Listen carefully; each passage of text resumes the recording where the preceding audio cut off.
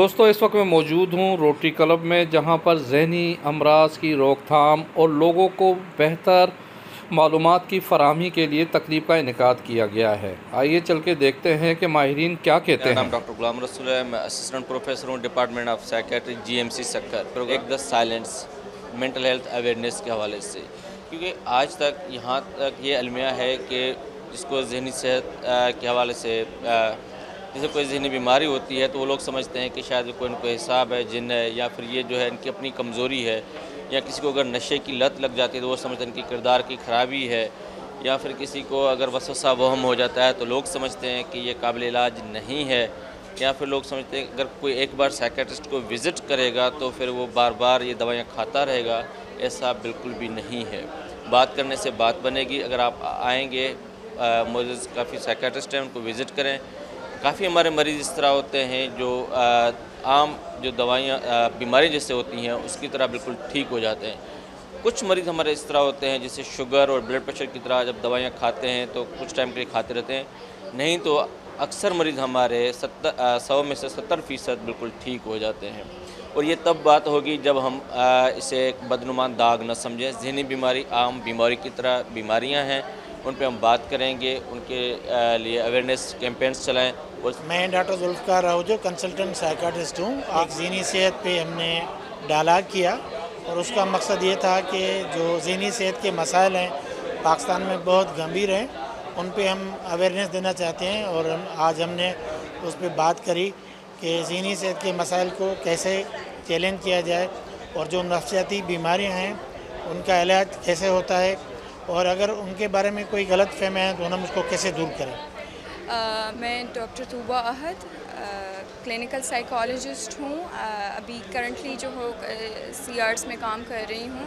आज जो हमने सेशन किया इसकी मुझे लगता है कि बहुत ज़्यादा नीड थी, क्योंकि यहाँ पे जितने सारे लोग आपने देखे उनको बहुत सारे सवालात थे और बहुत सारे उलझने हैं जिनकी वजह से वो बात करना चाह रहे हैं। जो अभी होप फॉर ऑल और हमारी जो दूसरी रोटरी क्लब ऑर्गेनाइजेशन है, उन्होंने बहुत एक अच्छा इनिशिएट लिया है जहाँ से हम अवेयरनेस के सेशंस दे सकते हैं लोगों को, ऐसे लोगों को स्पेशली जो लोग यहाँ पे सफ़र कर रहे हैं।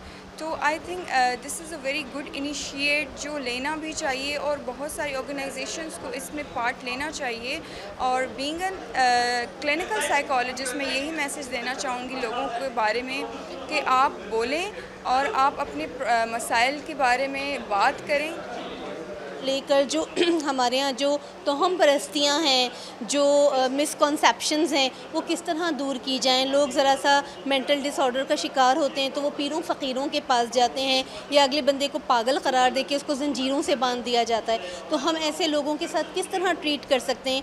तो हमारे पास लाड़काना से सक्खर से साइकोलॉजिस्ट एंड साइकाट्रिस्ट मौजूद थे जिन्होंने इस टॉपिक पर बात की, और लोगों ने, हमारे ऑडियंसेस ने सवाल जवाब भी किए और उनकी बहुत सारी कन्फ्यूजन्स भी हम दूर करने के काबिल हो सकते हैं। डॉक्टर सिकंदर मुगल है। मैं रोटरी क्लब मोजड़ो का इमीडिएट पास्ट प्रेसिडेंट हूँ और मैं कंसल्टेंट पीडियाट्रिक सर्जन हूँ।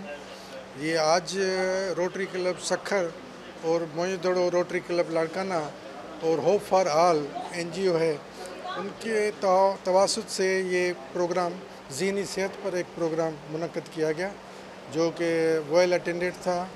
और इस पे एक्सपर्ट्स जो साइकेट्रिस्ट थे उन्होंने ज़हनी अमराज के बारे में, ज़हनी सेहत के बारे में लोगों को आगाही दी।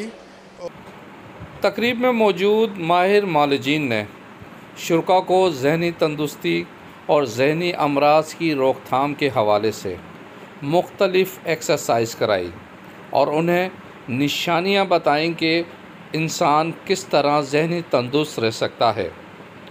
मज़ीद बेहतर वीडियो देखने के लिए हमारे चैनल मीडिया पॉइंट 071 को सब्सक्राइब और लाइक करना ना भूलें। परवेज़ खान, सक्खर।